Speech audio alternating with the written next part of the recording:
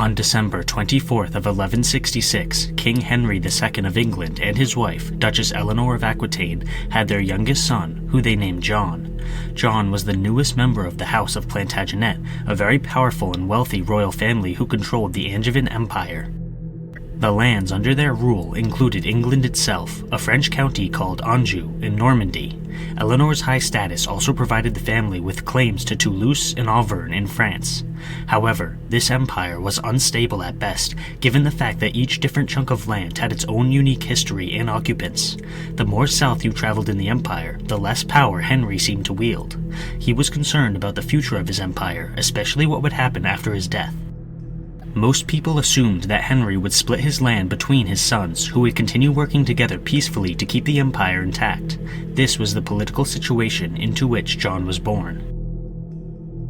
Shortly after his birth, Eleanor gave John to a wet nurse, as was the custom within the medieval nobility. Shortly after this, Eleanor departed for Aquitaine and sent John to a monastery in Anjou with his sister Joan.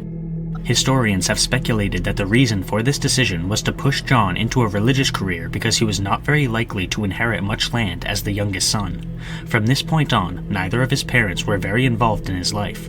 He was assigned a magister to educate him, and he spent some time in the household of his oldest brother, Henry the Young King, where he learned how to hunt and fight. John enjoyed reading, gambling, and hunting. He was also intrigued by music, although he stayed away from songs, and he loved jewelry, which eventually gained him a reputation for his decadent clothing. According to French records, he was very fond of bad wine. There were different accounts of his personality. Some people described him as genial, witty, generous, and hospitable, while others reported that he was jealous, oversensitive, and prone to fits of rage.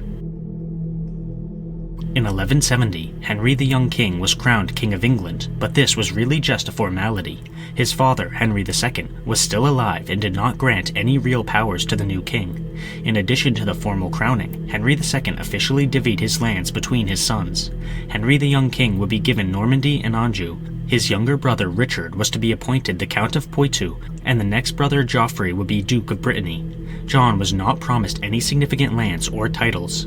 As a result, he was nicknamed John Lackland by his own father. Henry II decided to shore up the southern borders of Aquitaine by betrothing John to a woman named Alais, who was the daughter and heiress of Count Humbert III of Savoy. As part of this agreement, John was promised all the lands and possessions that Humbert owned.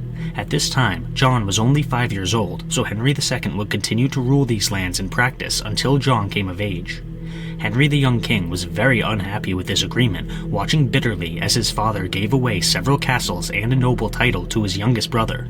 In his mind, it was unfair that his father was giving things away that rightfully belonged to him without even consulting him first. However, Henry the Young King didn't need to wait long for this agreement to fall apart. Alais joined Henry II's court, but she died long before marrying John, and the little prince's inheritance was suddenly gone. In 1173, the royal family began falling apart. Henry the Young King was frustrated with his subordinate position to his father, and he was worried that Henry II would make another deal to give land and titles to John, so he traveled to Paris and created an alliance with Louis VII. Eleanor, Henry II's wife, was already annoyed with her husband for interfering in the rulership of Aquitaine, so she encouraged her oldest son to ally with his younger brothers against their father. Richard and Geoffrey joined in the rebellion, but it didn't matter. A brief revolt ensued, but it quickly came screeching to a halt when loyalists under Henry II defeated the rebels at the Battle of Alnwick. Following this, Henry II marched through rebel territory and accepted their surrender. The peace agreement was very generous, giving Aquitaine back to Richard and allowing Geoffrey to return to Brittany. Henry the Young King was also given his freedom. Only Eleanor was imprisoned for her role in the rebellion. Although John was the furthest down in the line of succession, he became the favorite child by default, given the fact that all the other sons had revolted against their father. Henry II started granting John various territories across the Angevin Empire, often at the expense of other nobles. In 1176, he betrothed John to the extremely wealthy Isabella of Gloucester. The very next year, Henry II dismissed one of his most trusted advisors, replacing him with 10-year-old John. In 1183, Henry the Young King tried his hand at war for the second time, but instead of revolting against his father, he battled his next oldest brother, Richard. The purpose of this war was to establish the political status of England, Normandy, and Aquitaine. Henry II supported Richard in the conflict, and Henry the young king died of dysentery at the end of the campaign. Once again, the deck had reshuffled. Richard was named successor to the English throne, Geoffrey would stay at Brittany, and John would replace Richard as the Duke of Aquitaine. However, Richard had other plans. He didn't want to give up Aquitaine, so he refused to leave. Henry was furious about this, so he commanded John and Geoffrey to march south and capture the territory by force. The two younger brothers worked together to attack Poitiers, and Richard attacked Brittany in response. The war came to an end in 1184 with a stalemate, but the family was very tense. Henry had already tried to name John the King of Ireland, but Pope Lucius III refused to acknowledge this. Nevertheless, John traveled to Ireland in 1185, where he assumed rulership of the country. This was the first taste of real power that John was ever given, and it did not go well. Anglo-Norman forces had only recently captured Ireland, so tensions were already high, and John offended the Irish population by making fun of their beards. He failed to make any alliances with the Anglo-Norman occupiers, and the Irish started taking back their land in military campaigns. After less than a year, John returned to England, telling everyone that it was Viceroy Hugh de Lacy's fault. In 1186, Geoffrey died during a tournament, which left his two children, Arthur and Eleanor, without a father. Geoffrey's death brought John one step closer to the English throne. Richard was still the official successor, but he desperately wanted to go join a new crusade in the Middle East. He was worried that if he departed for the crusade, his father would name John the successor to the English throne. This worry blossomed into conspiracy when Richard created an alliance with Philip II in Paris. Richard and Philip fought together against Henry, and John was initially on his father's side, but when it became obvious that Henry would lose, John switched sides. By the summer of 1189, Henry made peace with his sons and Philip, promising the throne to Richard. Henry passed away shortly afterwards. In September of 1189, Richard became King of England. He immediately began raising massive amounts of money to fund the Third Crusade, which he intended to join. He made John the Count of Mortain, and John married Isabella of Gloucester. Richard also gifted his little brother numerous territories, most likely as a way to buy loyalty. After all, he didn't want anyone to rise up against the throne while he was away in the Middle East. However, Richard also retained control of important castles in each of the regions that he gave to John because, although he wanted to keep John happy, he also wanted to keep John weak. Richard named Arthur, the 4-year-old son of the late Geoffrey, as his successor. In addition, John promised not to visit England for the next 3 years, which would theoretically ensure that Richard could conduct a military campaign in the Middle East without fearing for the loyalty of his family. In Richard's absence, power would be shared between Bishop Hugh de Puiset and William de Mandeville, 3rd Earl of Essex. Immediately after Richard departed, William died and left a gaping hole in the rulership of England. Another man, also named William, stepped in to fill the late William's shoes, but he did not work very well with the bishop, and Richard's mother, Eleanor, convinced him to allow John to enter England in order to stabilize the rulership. The situation in England was very tenuous, with William refusing to work with the bishop. John used this tension to prop himself up as an alternative, portraying himself as a much better option to the royal court. A violent conflict soon erupted between John and William, which ended with William being locked away in the Tower of London and John securing control of the city. Richard was hearing about these events from far away, and he sent a man named Walter of Coutances, the Archbishop of Rouen, back to England in order to restore order. Shortly after Walter's arrival, William departed from London. Walter was fairly popular, which undermined John's authority, and news eventually reached London that Richard had married while staying in Cyprus, which further undermined John's authority. After all, if Richard could produce legitimate children, then John's claim to the throne would be erased. John was smart enough to see this possibility, so he began to deliberate about a potential alliance between himself and King Philip II of France. Such an alliance would give him more power and thus make his claim to the English throne stronger, but Eleanor convinced him not to go through with this plot. William soon returned to London, arguing that he had been unfairly removed from power. John intercepted William and promised to give him the support of the royal family, but only as long as William kept his mouth shut. William agreed. Before long, John started spreading rumors about his brother in order to solidify his own power, claiming that Richard had either perished or gone missing during the crusade. The reality was that Richard had been captured by Duke Leopold V of Austria shortly before Christmas in 1192, and Leopold handed him over to the Holy Roman Emperor Henry VI. Henry held Richard for ransom, and when the news reached John, he saw an opportunity. He traveled to Paris and formed an alliance with King Philip. As part of their agreement, John agreed to set aside his wife and marry Philip's sister, Alice, although this never actually happened. Violence once again erupted, this time between Richard's loyalists and the forces under John's command.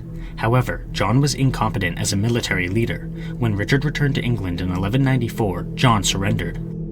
Richard announced that John was a child who has had evil counselors. He forgave John, but also stripped him of all his lands except for Ireland. The remainder of Richard's reign was focused on regaining the castles he had lost to Philip while he was away on crusade. John supported his brother during this time, capturing the town of Gamakis and taking the Bishop of Beauvais prisoner. As a reward for his loyalty, Richard named John the Count of Mortain once again. Richard passed away in April of 1199, which left the throne open to two claimants. John was the last surviving son of Henry II, while Arthur was the only son of John's older brother, Geoffrey. The issue of succession was not clear-cut, with different rules between different cultures. According to Norman law, John was the rightful king, but according to Angevin law, Arthur was the rightful king. However, John had more support amongst the English and Norman aristocracies, so he was crowned at Westminster Abbey. Arthur received the support of King Philip II, who desperately wanted to break apart the Angevin territories. Arthur and Philip both sent their armies into the field, with Arthur's forces marching to Angers and Philip's forces marching to Tours. John moved south into France with an army of his own, taking a defensive position along the eastern and southern borders of Normandy. He gained additional troops when two noblemen agreed to renew the anti-French alliance they had established with Richard. However, the most significant alliance was when a powerful Anjou nobleman named William de Roche switched sides to fight for John instead of Arthur. This move tipped the scales in John's favor, and both sides agreed to negotiate peace terms. They met in January of the year 1200. The treaty that followed this meeting recognized John as the rightful heir to Richard's territories in France, while Philip was named feudal overlord of these lands.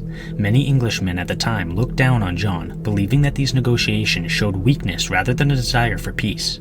He was given the nickname John's Soft Sword for being much less aggressive than Richard had been. John's successful peace agreement came to an abrupt halt just 2 years later when he chose to be a creep. He decided to marry Isabella of Angoulême, who was either 12 or 14 years old at the time. The reason for this marriage was most likely so that John could assume control of the lands that Isabella owned. These lands formed a route between the cities of Poitou and Gascony, and controlling them would strengthen John's hold on Aquitaine. However, aside from the massive age difference, there were two glaring problems with John's plan. First, he was already married to a different Isabella, and second, the new Isabella was engaged to a man named Hugh IX of Lusignan, a prominent member of a powerful aristocratic family in Poitou. John's plan threatened this family, who controlled a major land route across Aquitaine. John essentially had two options for handling the Lusignan family: behave like a responsible sovereign and appease the nobles with some form of compensation, or act like a total dick. He chose the second option, insulting the Lusignan family to their face and treating them with utter contempt.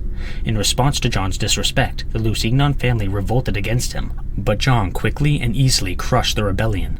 The Lusignan family realized that violence wasn't going to work, so they decided to go through legal channels to counteract John. In 1201, Hugh appealed John's actions in the French court, where Philip summoned John. John did not want his authority in western France to be weakened by this appeal, so he argued that he didn't need to attend court because his title as the Duke of Normandy exempted him from court summons.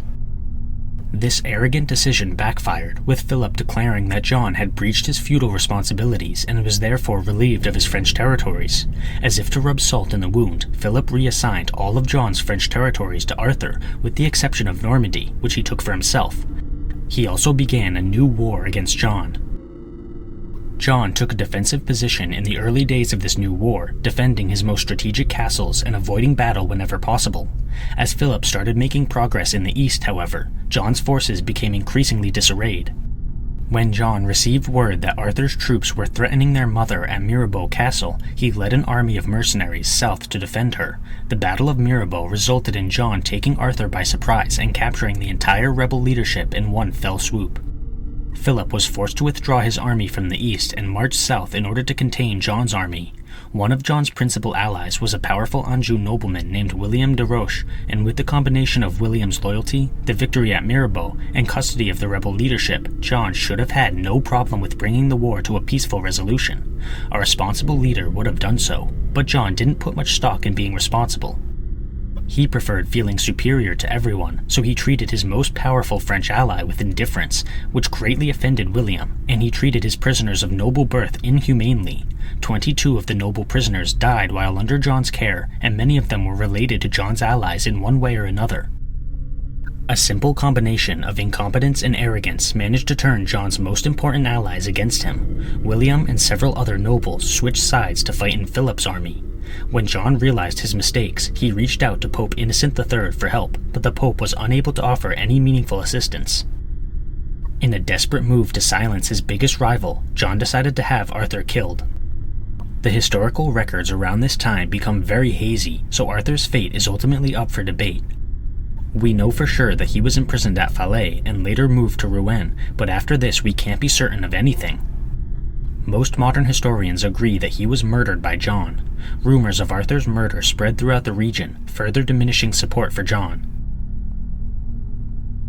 In 1203, the strategic castle Chateau Gaillard was under siege by Philip, and John decided to break the siege. He managed to implement a very complex strategy involving land troops and water vessels, but modern historians have concluded that this strategy was imaginative but not realistic for the time period. It ended up failing, and John was forced to turn his army around and march to Brittany. His forces laid waste to a sizable chunk of Brittany, but Philip's campaign into eastern Normandy was unscathed. Across the general region, John's support was crumbling around him. His use of mercenaries had turned many people against him, and his incompetence spoke for itself. In March of 1204, Chateau Gaillard was captured by Philip, dealing yet another devastating blow to John and his forces. Just a month later, his mother passed away, which further weakened the Angevin alliances in southern France. Philip was able to move through France without much resistance, and by August he had seized Normandy and was advancing further south to occupy Anjou and Poitou as well. The only location that John still owned was Aquitaine. The remainder of John's reign focused on trying to retake Normandy, but he had numerous issues to consider. For one, he had to secure England itself against French invasion. For another, he had to secure the sea routes to Bordeaux after losing the land route to Aquitaine. Finally, he needed to secure his possessions in Aquitaine after his mother's death. John's preferred strategy to achieve his desires was to use Poitou as a base of operations, then march his forces up to Paris and break Philip's lines of communication. From there, he would land a naval force in Normandy. This plan would require a great deal of troops and money. John started out by creating a proclamation that allowed each British shire to mobilize their own levies if the French should ever invade. After this, he formed a sizable military force in England that he intended to bring to Poitou, as well as a large naval fleet for Normandy. In order to build these armies, John enacted a system where 1 knight out of every 10 would serve in the army while the other 9 knights would finance him. Additionally, John built up a strong team of engineers for the purpose of creating siege weapons. The armies were large and ready to go, but political unrest amongst the barons prevented them from departing England in 1205 as planned. John himself departed for Poitou in 1206, but he was forced to divert south in order to counter a threat to Gascony. After handling business at Gascony, John traveled north and took the city of Angers. Philip marched his forces south to meet John, and the conflict ended in a stalemate with a 2-year truce. During this truce, John planned to build up his financial and military resources so that he could recapture Normandy at a later time. He managed to secure strategic alliances in Germany and France, but his 1212 invasion was postponed because of political unrest. Philip sensed weakness and ordered his son Louis to invade England in 1213. John was forced to postpone his invasion once again because he needed to counteract this threat. He successfully drove Louis back, and he hoped to use his momentum to finally invade France later that year, but his plans were once again delayed by more political instability. It wasn't until early 1214 that John was finally able to invade France. He departed for Poitou, but many of his barons refused to send their troops. John was forced to rely on mercenaries to fill the gaps.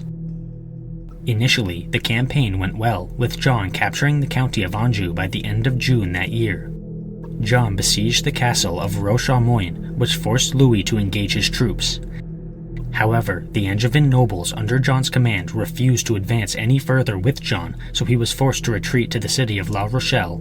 Shortly after this, Philip defeated John's allies in the Battle of Bovines, which effectively decimated John's hopes of retaking Normandy. He signed a peace agreement that returned Anjou to Philip and paid him compensation. John returned to England in disgrace. There is so much more information about John's life and reign as King of England.